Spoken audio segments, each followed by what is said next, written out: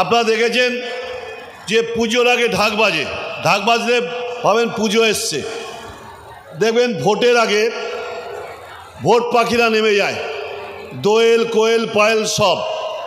হঠাৎ দেখলাম একটা দল ইনসাফ যাত্রা, যারা 34 বছর মানুষকে কোনো ইনসাফ দিল না। সাইবাড়ির ছেলের রক্ত মাকে খাওয়ানো হলো, মা ইনসাফ পেল না। বাঁকুড়ার ছাত্রনেতা সুদেব ঘটক মায়ের একমাত্র ছেলে, মায়ের খাওয়ার তাহলে মুন্ডুটা কেটে দিয়ে গেল, সেই মা কোনো ইনসাফ পেল না। হায়দার বিমান, তার মা বাবা কোনো ইনসাফ পেল না। হাওড়ার মন্তাসির রহমান, তার পরিবার ইনসাফ পেল না। কোচবিহারে বর্ণালী দত্ত ইনসাফ পেল না। বারুইপুরের আপনারা দেখেছেন শঙ্করপুরে দুজন নিহত হয়েছিল, তাদের পরিবার ইনসাফ পেল না। নেতায়ের মানুষ ইনসাফ পেল না। সিঙ্গুরের তাপসী মালিকের বাবা ইনসাফ পেল না। নন্দীগ্রামে 14 জন মারা গেল, ইনসাফ পেল না। আজকে নতুন করে বলছে ইনসাফ চাই। 34 বছর যারা ইনসাফ পেল না, তারা শুধু পরিবারগুলো নয়, মমতা ব্যানার্জির মাথা থেকে পা পর্যন্ত যারা ক্ষত বিক্ষত করলো, তারা আজকে ইনসাফ যাত্রা করছে। ইনসাফ চাই। 34 বছর যে মানুষ ইনসাফ পেল না, তারা আজকে ইনসাফের জন্য বেরিয়েছে। আরেকটা দল ন্যায় যাত্রা, যাদের অন্যায়, যাদের অপদস্থতা, যাদের অকর্মণ্যতার জন্য 34 বছর একটা অত্যাচারী, স্বৈরাচারী, ভ্রষ্টাচারী, ব্যভিচারী সিপিএম নেতৃত্বে বামপন্থী সরকার ক্ষমতায় ছিল, তাদের সরানো গেল না। তাদের যদি সরানো যেত, তাহলে আজকে মানুষের আর কোনো সমস্যা থাকতো না। আজকে মমতা ব্যানার্জি যদি 2011 সালে এসে 12 বছরের মধ্যে যদি প্রায় সব সমস্যাগুলোর সমাধানের সচেষ্ট হয়, তাহলে আজকে আমাদের এই অবস্থা হতো না। আজকে তারা ন্যায় যাত্রা করছেন, কারণ ভোট সামনে।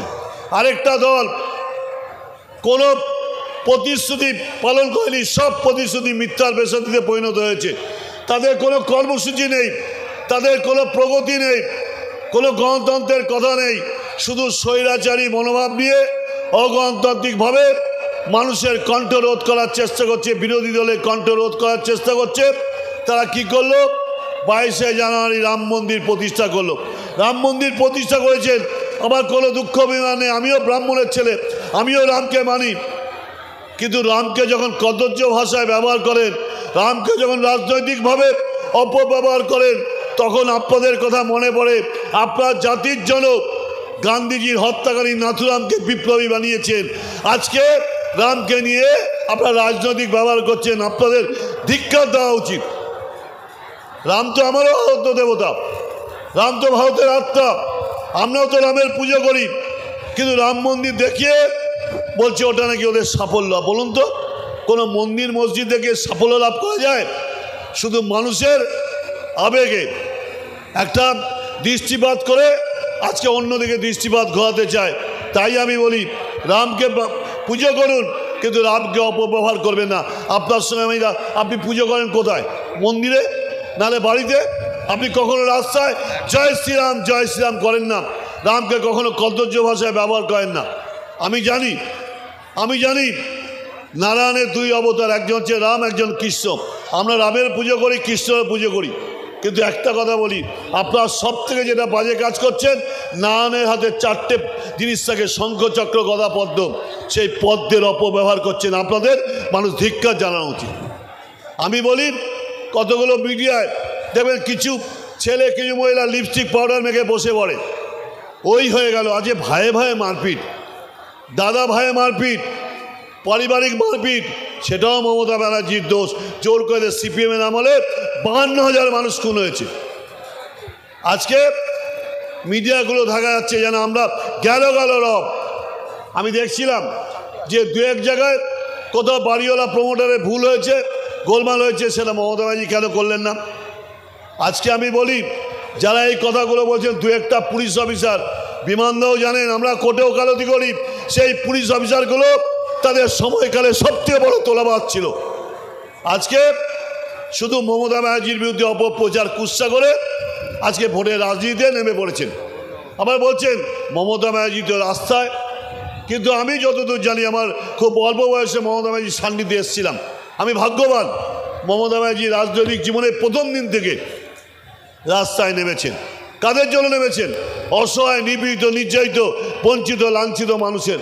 আজও তিনি দেখেছেন যে রেড রোডে 3 দিন ধরে তিনি অবস্থান করছেন, রাত্রিবেলা পর্যন্ত বাড়িতে যান না। কাদের জন্য নেমেছেন? যারা 100 দিনের, যারা অবহেলিত, অসহায়, যারা অর্থনৈতিকভাবে অনগ্রসর মানুষ, যারা 100 দিনের কাজ করে শ্রমের বিনিময়ে তারা পরিষেবা দিয়েছে, তাদের ন্যায্য পাওনা তার দাবির আদায়ে নেমেছেন। আবাস যোজনা প্রকল্পে টাকা দেওয়া হচ্ছে না, মানুষ অর্ধেক বাড়ি করেছে আর অর্ধেক বাড়ির টাকা পাচ্ছে না। তারা আজকে রোদে ঝড়ে কষ্ট পাচ্ছে, তার জন্য তিনি লড়াইয়ে নেমেছেন। তার তো এইটাই কাজ। আমি দেখেছিলাম যে গান্ধীবাদী নেতা আন্না হাজারে দিল্লির বোট ক্লাবে দুর্নীতির বিরুদ্ধে লড়াই করেছিলেন কেজরিওয়ালকে নিয়ে। তিনি আন্দোলন তুলে নিয়েছিলেন। 1 বছর পরে বললেন, আমি উপলব্ধি করতে পেরেছি একমাত্র ব্যক্তি মমতা ব্যানার্জি মুখ্যমন্ত্রী হওয়ার পরও তার জীবনযাত্রা পরিবর্তন হয়নি, তার জীবনযাত্রার পরিবর্তন হয়নি। আমি তো সেই জন্য গর্ব। আপনার আমাদের সঙ্গে আমার মিল কোথায়? একটাই মিল, কে কোন পদে আছে আমার দেখার দরকার নেই। আপনিও মমতা ব্যানার্জির অনুগামী, আমিও মমতা ব্যানার্জির অনুগামী, সেটাই আমার সবথেকে বড় গর্ব। আজকে বলুন তো, 2011 সালে বাংলার সর্বস্তরের মানুষের আশীর্বাদ, সহযোগিতা, সমর্থন নিয়ে 294টি আসনের মধ্যে 184টি আসনে জয়লাভ করেছে। তার মধ্যে বারুইপুরেও আপনার বিমান বন্দ্যোপাধ্যায়কে জয়যুক্ত করেছেন। মমতা ব্যানার্জি তাকে সবথেকে বিদগ্ধ ব্যক্তি বলে তাকে পশ্চিমবঙ্গ বিধানসভার অধ্যক্ষ করেছেন। আজকে মমতা ব্যানার্জি মুখ্যমন্ত্রী হওয়ার পর কোনো জাত, কোনো ধর্মের, বর্ণের মানুষ বলতে পারবেন তার কাছে কোনো আবেদন করেছেন? তার কাছে কোনো আবেদন করেননি। তার বাস্তব অভিজ্ঞতার মধ্যে দিয়ে তিনি জন্ম থেকে মৃত্যু পর্যন্ত 79টা প্রকল্প করেছেন। যে প্রকল্পগুলো একজনও তাকে বলেনি তার মস্তিষ্ক প্রসূত। এই প্রকল্পগুলো কেন করেছেন? বাংলার মানুষের অর্থনৈতিক মান, সামাজিক মান পাল্টানোর জন্য।